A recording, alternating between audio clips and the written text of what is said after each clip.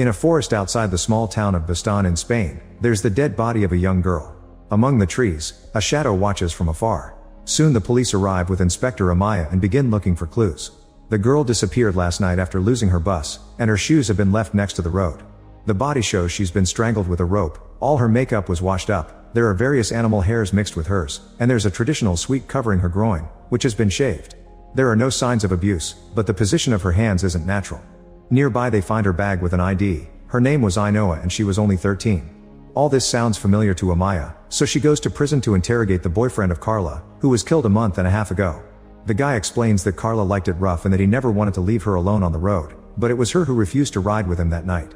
Crying, he swears he didn't do it, and Amaya believes him. Later at the police station, the test results come back and confirm Amaya's theory. Carla and Ainoa were killed by the same rope, so they're facing a serial killer. Since Amaya used to work for the FBI, she's assigned to lead the case. This means she'll have to stay in Bastan, which happens to be her hometown. When she arrives at Bastan, she immediately goes to the police station to meet the local cops and continue making the comparison between Carla and Ainoa. Both girls had a sweat on their groins and animal hair mixed with theirs. Afterward Amaya goes to stay at her childhood home with her aunt Engrossi and her sister Rosaura. Being here again brings back memories of her childhood and how her mother Rosario used to ignore her or push her away. The next day Amaya and Officer Jonan go to Ainoa's funeral and see someone suspiciously sneaking around. They chase after the man and discover it's Rosaura's husband Freddie. He claims he ran because Amaya's presence makes him nervous since he and Rosaura had a fight and that's why she's been staying at her aunt's. They're suddenly interrupted by Victor, the ex-husband of Amaya's other sister Flora. Although they're separated, he still occasionally talks to her. Later Amaya goes to see Flora, who has taken over the family's commercial bakery and has always resented her sister. When Amaya reveals the sweet from the crime scene, Flora tastes it and determines that it was made with fresh top-quality ingredients in a wood-fired oven. Only a few shops make such great quality, so Flora will have a list ready for the next day. Then Amaya returns to town and suddenly hears a mother screaming in the streets, searching for her daughter and who has missed school. Amaya calls the station and they lead a search through the forest with all the neighbors. While looking around, the cops joke about the animal hair on the bodies, saying the killer could have been the creature known as Beza John. At that moment someone yells about a discovery, but it's just a pair of shoes. After she orders the officers to reinforce the search, Amaya goes home and is surprised to find her boyfriend James, who has come to show his support. He's heard people on the news blaming everything on Beza John and since he's American, he doesn't know what that is. Rosaura explains is a tall hairy humanoid creature similar in appearance to Bigfoot, but she's offended that people accuse him of killing because the Beza John is the protector of the forest.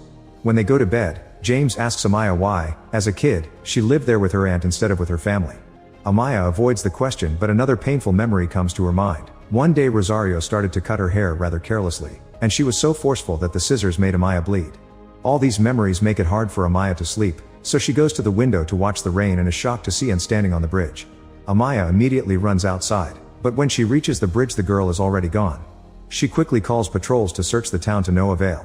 The next day Amaya has breakfast with Jonan to discuss the next few things they'll have to research for clues. When they're about to leave, they're shocked to see Flora with Detective Montes, who nobody has seen at the station in days. Meanwhile a man on a bike finds another pair of shoes by the road. Soon the police surround the area and find Anne's body in exactly the same condition as the last girl, sweet included. The doctor believes she's been dead for around 24 hours, meaning it couldn't have been her outside Amaya's window. Suddenly Montes shouts because he's seen something moving in the woods and he fires his gun, but only to hurt a pregnant Coipo otter. Montes swears he saw a humanoid shape, and since his bullet hurt the babies, Amaya shoots the poor mother for mercy. Later Jonas and Amaya go to talk to Anne's parents. Amaya checks the girl's room and finds the red coat she saw her in the other night with a pocket full of walnuts. Then she checks Anne's computer and discovers a folder with lots of suggestive pictures, even though the parents said she didn't have a boyfriend. Afterward Amaya oversees the autopsy, confirming this girl had the hands in the same position and her makeup was removed. She thinks the killer has a ritual to purify the girls and compares the hand position to an image of the Virgin Mary, pointing out that all the girls were also found by the river which could equal washing away their sins. In the afternoon, Jonan and Amaya go to Anne's school to talk to her friends. A girl says and put up an image of an innocent gal to trick people, but actually she had been seeing a married man in secret. When Amaya returns home, she accidentally drops one of the walnuts, and Engrossi explains walnuts symbolize the power of witches. Then Amaya goes to her room and finds a key pendant that triggers another memory. After the horrible haircut, her mother had also made her wear ugly clothes and Amaya felt awful. To make her feel better, her dad gave her some money. Amaya was worried her mother would take the money from her, so her dad also gave her an employee key for Amaya to hide the money in the family bakery. In the evening, Rosario went to Amaya's room just to taunt her and left a walnut on her bedside table. In the present, suddenly Amaya wakes up and realizes she visited the bakery without even thinking about it. She immediately rushes home and throws the key away. The next day, Amaya and Jonan speak with a former commissioner, who remembers the case of a foreign girl who was found dead with candy on her legs. The girl's name had been Teresa, and she had also been strangled and left near the river. Teresa's hair had been perfect even though she had been dragged through the forest, and a few months later they found another girl with perfect hair by the river too. More girls with perfect hair kept showing up in different areas and the man offers a map, but he admits they never found any clues or suspects. Afterward Amaya goes to the bakery and sees Flora arguing with Victor. When Amaya goes inside, Flora gives her the list she prepared, but Amaya also asks for a sample of flour. Then Amaya leaves and finds Victor outside, but their chat is interrupted when she gets a shocking call. Amaya rushes to Freddy's house but he won't answer the door, so she checks the window, only to discover he's tried to self-delete. A desperate Amaya breaks down the door and runs to cut the rope to save him, and once he's safe on the floor, Amaya finds a note in his injured hand that says, "I love you Anne, I will love you forever." Later at the hospital, a doctor confirms it was a self-deletion attempt and the wound on Freddy's hand wasn't defensive. Amaya shows Rosaura the note and Rosaura explains she had known Freddy was cheating on her, but not with whom. She thinks that Freddy is lazy and useless, but not a murderer. Since Freddy can't talk, Amaya goes to see a friend of his, who ignores her until he hears that Freddy could be a suspect. The friend confirms he was with Freddy the night of the murder because he took him to a bar. Freddy had been behaving very weirdly and kept calling a woman who ignored him, and Freddy became so angry that he punched a mirror and hurt his hand, so they went to the hospital for stitches. The next day Amaya goes to Anne's funeral and she's shocked to see Flora there. Amaya is suddenly taken away by a police officer because another dead girl has been found, although this time the body is in an abandoned house in the woods. Her name was Johanna, she was 15, and she ran from home often, so the mother hadn't reported her disappearance. The doctor thinks she's been dead for about a week. The body is missing an arm, her face is full of bruises, and an injury on her neck indicates she was strangled by hand. There's no sweat on her groin and she was abused, so they think someone saw the news and is making a bad copy of it to blame the crime on the serial killer. At that moment Amaya looks out the window and sees a shadow moving among the trees, so she runs outside, but finds nothing. When they return to the station, Johanna's mother shows up to tell them her daughter was killed by her husband Jason. Joanna is the child from a previous marriage, and when she married Jason, at first he was a good stepfather. But when Joanna grew up, he started seeing her with new eyes and he became obsessed to the point he put a tracker in her phone. The day Joanna disappeared, Jason told his wife that he had taken the tracker out, which couldn't be a coincidence. While the officers go looking for that man, Amaya meets with Jonan, who has the results of his research. He's found 7 more cases with similar characteristics, but none of them had arrests. Back then nobody suspected they could have been done by the same person because there were a few differences, but Amaya and Jonan can tell this is someone who has been testing a ritual until he found the perfect combination. The first case had been Teresa, the body with the candies from 14 years ago. During those years, the killer had been more violent, and Jonan thinks he was trying to punish the girls who were into debauchery as a service to society. However, after a bunch of deaths, there was a 7-year period with no victims. His return wasn't Carla but a girl last year that everyone had thought fell off a cliff. Her hair had been perfectly combed and the hand position matched Virgin Mary's. Amaya and Jonan conclude that the killer is making a show out of the deaths because he wants his message to reach all the locals. Since the girls from a decade ago were from different towns, Amaya wants Jonan to check the newspapers from the days of their murders to see what linked all those towns because she doesn't think the killer chose the destinations at random. That night, Amaya allows Ingrassi to do a tarot reading for her. The cards say that the killer is nearby and that he's coming after Amaya and her family. When Amaya asks for his identity, the card of the devil comes out and Ingrassi cries out in fear. Meanwhile by the road, a girl misses the last bus, but soon a van appears and takes her away. It even drives past a police car, which doesn't notice anything. The next day, Joanna's stepfather Jason is found unconscious on a trail. Amaya goes to interrogate him and he immediately admits he beat up and abused Joanna before killing her. To try to hide his crime, he tried to make it look like what he had seen on the news. However, Jason denies having cut the girl's arm and says someone moved him to the trail last night because when he fell asleep he had been in the forest. He even has a blurry memory of someone carrying him. Before Amaya leaves, a ranger tells her that he heard a whistle in the woods and when he tried to follow it, he saw a humanoid shadow taking a bag into a cave. He tried to approach the person for an interrogation, but when the ranger got close enough, the person had already disappeared. Moments later, Amaya arrives home to discover they're having a family dinner. An argument is already going on because Flora thinks dying doesn't make those girls saints and she disapproves of their debauchery. But when Amaya starts to argue back, Ingrassi tells everyone to drop the subject. However, Flora keeps complaining, mentioning how Amaya left the town instead of helping her sisters take care of their sick mother. She regrets having sent Rosario to a clinic and James is shocked to hear this because Amaya had told him her mother was dead.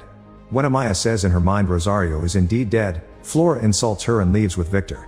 At that moment Amaya gets a call from the station and rushes there to learn that none of the flower samples match the sweets from the crime scenes. There's only one sample left that they haven't analyzed yet because it came later, and Amaya worries because it's the one belonging to Rosaura. Suddenly she and Jonan see Montes enter the station, which is weird because today's his day off. They check the security cameras and discover he's grabbing some reports before heading out. The duo follows Montes to a cafe where he meets Flora and gives her the reports, so they immediately rush inside to point out this is stealing evidence. Flora refuses to say anything, so Jonan arrests her. When they return to the station, Amaya grabs the latest report and reveals that Flora gave them a different flower from the one that she actually uses. She knows this because Rosaura uses the same flower, yet the test results are different. Rosaura's flower matches the crime sweets, so Flora cracks and admits she changed the flower to protect her business. Many of her employees take flour home and she didn't want to get involved. An argument ensues, only to be interrupted by Amaya's boss, who calls her to his office. The boss has discovered that Freddie had a relationship with Anne and learned about Flora's flower trick which Amaya had been hiding from the other cops. He decides this is a conflict of interest and takes Amaya out of the case, giving it to Montes instead. Amaya tries to tell him that Montes and Flora are working together, but the boss believes Montes' story that he had only been interrogating Flora as a suspect. On her way out, Amaya sees everyone running to find another girl who just disappeared. Moments later Amaya gets a call from her mentor in the FBI, who reminds her to go back to her origins to remove the trauma that blocks her vision. Amaya goes to the bakery and remembers the night that she used her father's key to hide the money. Suddenly Rosario arrived, so Amaya tried hiding under the furniture. Her mom found her anyway, and when she saw the money and the key, she accused her of stealing from her own family. Amaya tried running away, but Rosario grabbed her and slapped her multiple times. When Amaya managed to push her away, Rosario went crazy and grabbed a rolling pin to hit her with it. Later Rosario went home in a dazed state, and when her husband saw the key, he desperately rushed to the bakery. To his shock, he found an unconscious Amaya buried in the flour cask.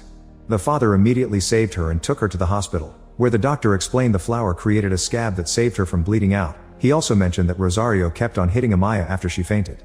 Once Amaya was discharged, her father sent her to live with Engrossi. Back in the present, Amaya decides to go see her mother at the clinic. She finds her tied to the bed and asks her if she has anything to do with the murders, but Rosario insults her and tries to attack her, so an upset Amaya leaves. On her way out, a doctor explains they had to tie Rosario because she attacked a nurse and ate the flesh she tore off while repeating Amaya's name. The doctor then reveals her brother-in-law comes to see Rosario very often and even brings her flowers. Meanwhile Jonan is researching the old newspapers and finds Flora in a picture. Then he keeps looking and sees Victor appearing in a bunch of motorcycle conventions. He's the brother-in-law the doctor meant, not Freddie. Amaya calls him with the same conclusion, so she tells him to inform the others while she goes after Victor. Unfortunately Montes doesn't get the call because he's exploring the cave the ranger saw and he has no signal. Back to Amaya, she's speeding under the rain and finds the road blocked, so when she tries to hit the brakes, the car skids and rolls down the hill, landing upside down. At the same time Jonan arrives at Victor's house, only to find it empty. He tries calling Amaya to tell her, but she's unconscious inside the car.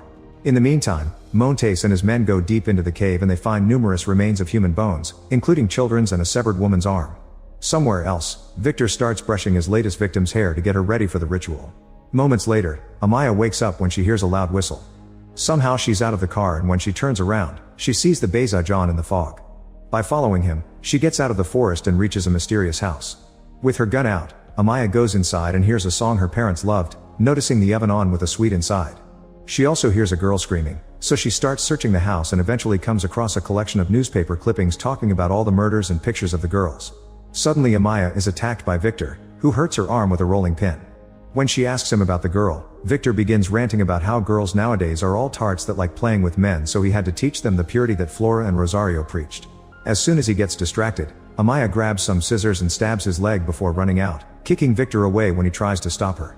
When Amaya reaches the stairs, Victor catches up to her and hits her with a rolling pin again. Amaya defends herself and a fight ensues, during which Victor tries to strangle her. Amaya struggles and manages to push the scissor further into his leg before pushing him away. Then Amaya runs to finally find the girl and starts to untie her as Victor comes closer, but before he can attack, he's shot twice by Flora. Sometime later at the station, Amain explains the whole case. Victor killed his first victim 14 years ago because he considered Teresa's foreign lifestyle a threat to the traditional town. Afterward the guilt made him an alcoholic, which helped him convince himself he was helping society. The next 6 years he killed 8 more girls, but then he met Flora, who kept his anger down. During their 7 years of marriage, he didn't kill anyone, but after their divorce Victor's anger came back out and he started killing again, staging everything with specific details to get his message known and regain his wife's respect. Then Montes adds that some of the bones in the cave were from Victor's victims, but other bones seem to be from unrelated crimes. The amputated arm was indeed Joanna's, but it wasn't cut by her stepfather or Victor. A few weeks later, Flora publishes a book about the family business and calls her mother the true guardian of the town's purity. Meanwhile, Amaya and James inform Rosaura and Ingrassi that they're having a baby. Make sure to subscribe and turn on notifications so you can watch more videos like this. Thanks for watching.